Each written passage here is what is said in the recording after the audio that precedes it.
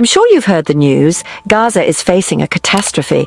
The situation is dire and it's unfolding right before our eyes. The images coming out of Gaza are heart-wrenching, showing a city in ruins and a population in desperate need of help. The airstrikes have left buildings destroyed and the streets are filled with the remnants of what once was. This is not just a crisis, it's a humanitarian disaster of epic proportions. The UN just declared the worst-case scenario of famine. This is a term they don't use lightly. It means that the situation has escalated to a point where immediate action is required to save lives. The UN officials are working around the clock, trying to coordinate a response, but the challenges are immense. The declaration of a famine is a call to the world to pay attention and act swiftly. Right now, thousands of lives hang in the balance. Families are huddled in makeshift shelters, waiting for aid that may never come. The scenes of distress are everywhere. People are desperate, and the sense of urgency is palpable. The international community must step up to provide the necessary support to prevent further loss of life. As of today, July 29th, a full-blown famine is unfolding across most of Gaza. The markets are empty, and people are scavenging for any food they can find. Malnourished children are a common sight, and the situation is deteriorating rapidly. The lack of food is not just a shortage, it's a complete collapse of the food supply system. According to the Integrated Food Security Phase classification, Gaza has crossed the threshold into Phase 5. This is the highest level of food insecurity, indicating a catastrophe. The data is clear. Gaza is in the midst of a famine, and the numbers are staggering.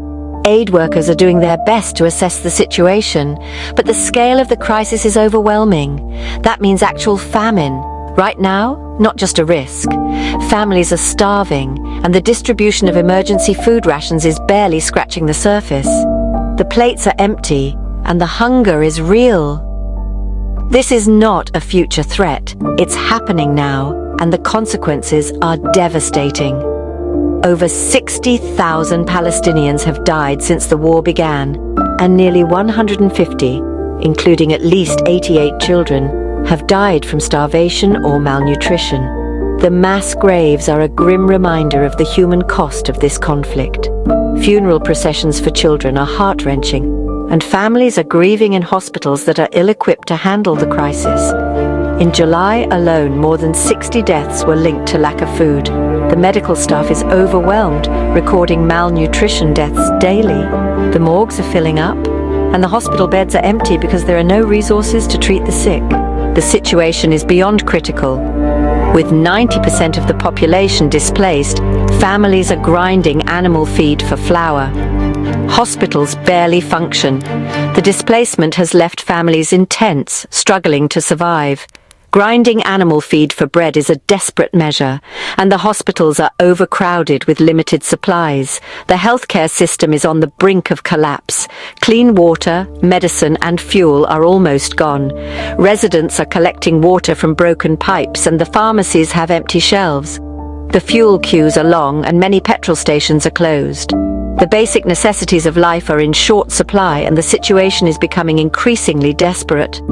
Humanitarian aid is blocked or desperately insufficient. Aid trucks are stopped at the border, and the distribution of aid is happening under military presence. People are reaching for limited aid packages, but it's not enough. The blockade is preventing the flow of essential supplies, and the humanitarian response is falling short. The UN, Oxfam, and World Food Programme all agree this is a man-made disaster driven by ongoing conflict and severe restrictions. The aid workers are doing their best, but the destroyed farmland and food warehouses are a testament to the scale of the problem. The conflict is exacerbating the crisis, and the restrictions are making it impossible to deliver the necessary aid. Experts warn only a full ceasefire and immediate unrestricted aid can prevent further mass deaths. Peace protests are calling for a ceasefire, and international diplomats are discussing the crisis. Emergency aid convoys are preparing to enter Gaza, but without a ceasefire, the aid will not reach those who need it most. The experts are clear. Action is needed now to prevent further loss of life. This is a crisis created by people, and only people can end it. Spread the word. Stay informed.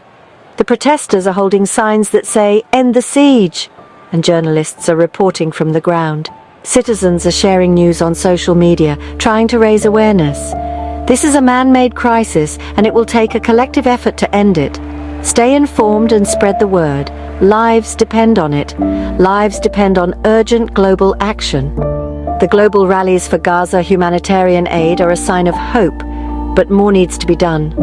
The aerial shots of Gaza's destruction are a stark reminder of the urgency of the situation.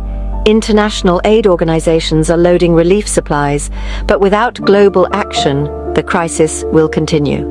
Lives depend on our collective response. Let's not wait until it's too late.